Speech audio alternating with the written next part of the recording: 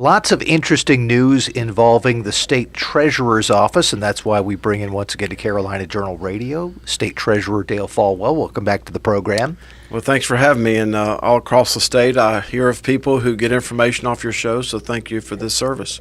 Well, one of the things that is of interest to everyone is rising health insurance costs, and one of the things that the treasurer's office has been involved with is having some benefit in that regard, dealing with Medicare Advantage. Tell us about that.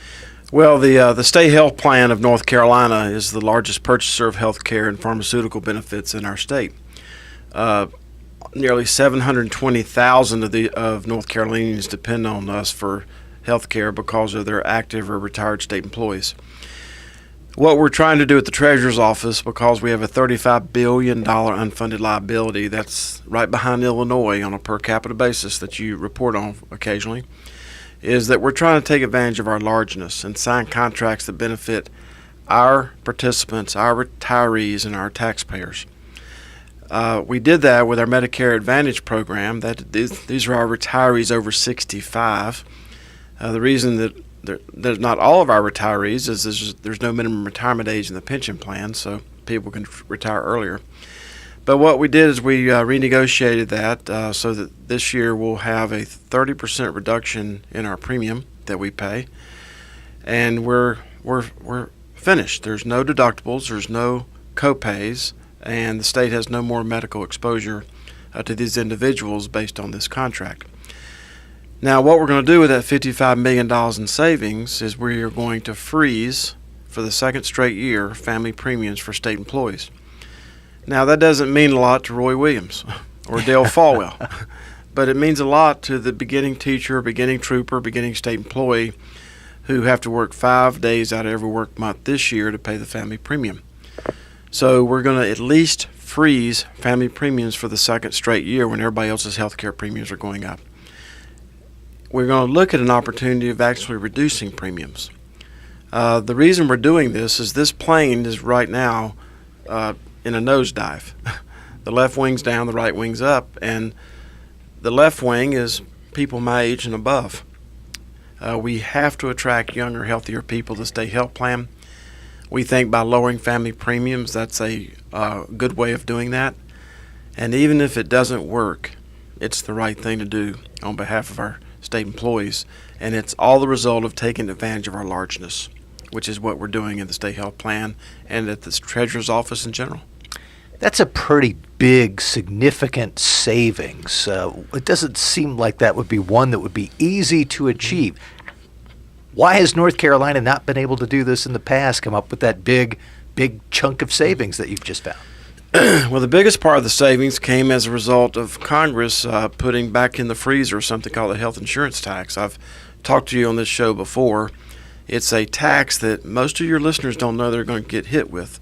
It's a premium tax on medical insurance policies. Your listeners are probably asking themselves, why is the Treasurer talking about this? It's the state, it's a nonprofit. Why are they paying that tax? Because it does impact us. So about $42 million of that was a result of that tax being put in the freezer sunset for next year. I have and continue to try to get our congressional delegation, as well as President Trump, who I've personally written a letter to get this repealed for 2018 also. So that's a part of it.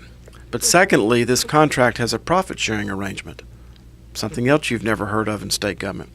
So that if these retirees are healthier than what the insurance company or even we thought they would be when we priced this, if the profit is over a certain amount, the state gets a 50-50 profit sharing with the insurance company. So not only did we lower premiums dramatically, we took advantage of our largeness, but we also have a profit sharing arrangement so that if our retired members are really healthier than we thought, then we get part of that money back also. That dovetails in really well with our watchdog mentality right now. Our only shot at curing this $35 billion unfunded health care liability is to turn these participants into watchdogs. But we have to give them the tools so that they can analyze the value and the price of health care. Because right now, unlike everything else that your listeners do, They don't consume health care in this state. It consumes them. And we're going to try to change that at the state health plan. That is the voice of State Treasurer Dale Folwell. You have now referenced twice the big multi-billion-dollar unfunded liability. And in fact, the first time around said that on a per capita basis, we're just behind Illinois. No one wants to be in that position. What other things are you looking at, and do you want the General Assembly to look at to help deal with this?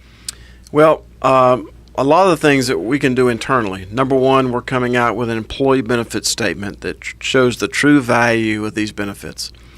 As smart as they are and as hard as they work, most state employees don't know the true annual cost and the value of this benefit. So we're coming out with an employee benefit statement that actually shows them that. Secondly, we've redesigned the health insurance card. For almost 40 years, people carried the health insurance card around in their pocket, and it had the name Blue Cross Blue Shield on the front. The explanation of benefit they would get in the mail had Blue Cross Blue Shield. If for some reason they'd overpaid a copay, the check they got had Blue Cross Blue Shield.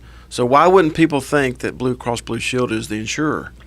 They are not and never have been. They're the third-party administrator. So the second piece of this is that we've redesigned the state health plan card. So now it says your state health plan paid for by you and taxpayers like you.